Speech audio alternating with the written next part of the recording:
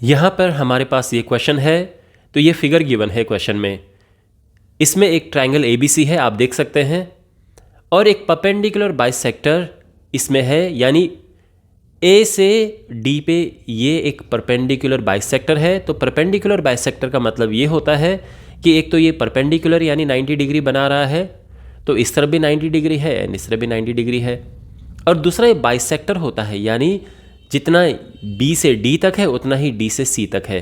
तो ये क्वेश्चन में गिवन है, क्या गिवन है कि ये 90 है, और दूसरा जितना ये है ये उतना ही ये है।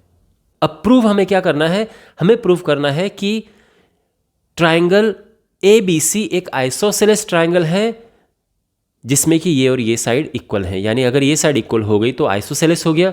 तो बेसिकली हमने ये प्रूव करना है कि ये साइड और ये साइड इक्वल है।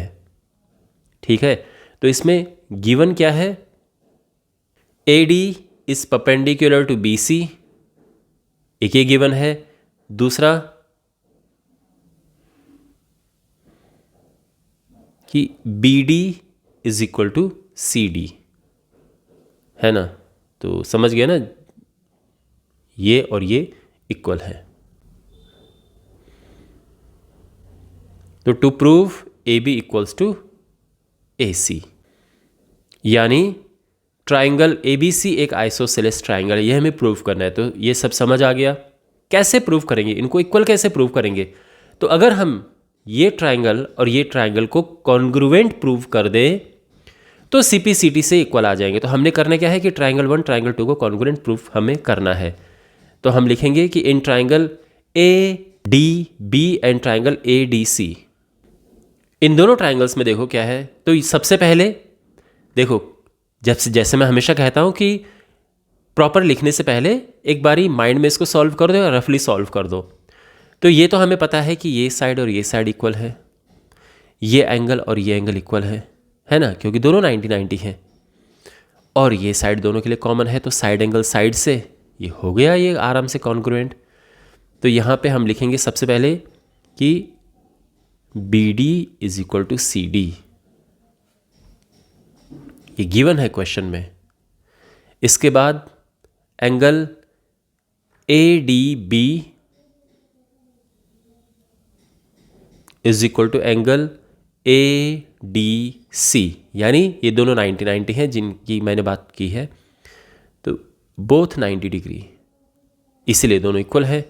और जो AD है ये परपेंडिकुलर, ये दोनों ट्राइंगल में है, तो AD is equal to AD, ये दोनों के लिए कॉमन है।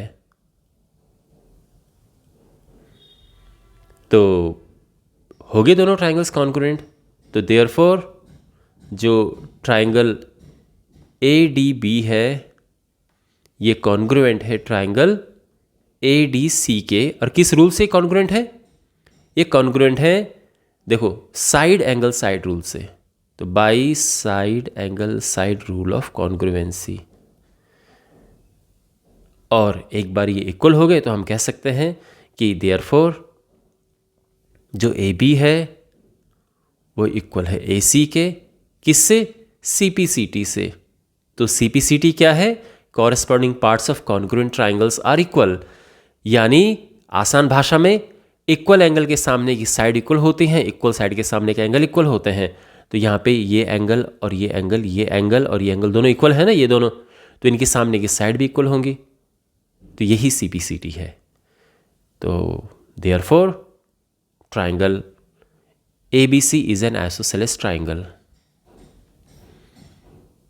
Hence proved. आई होप आपको ये सोल्यूशन समझ आया होगा।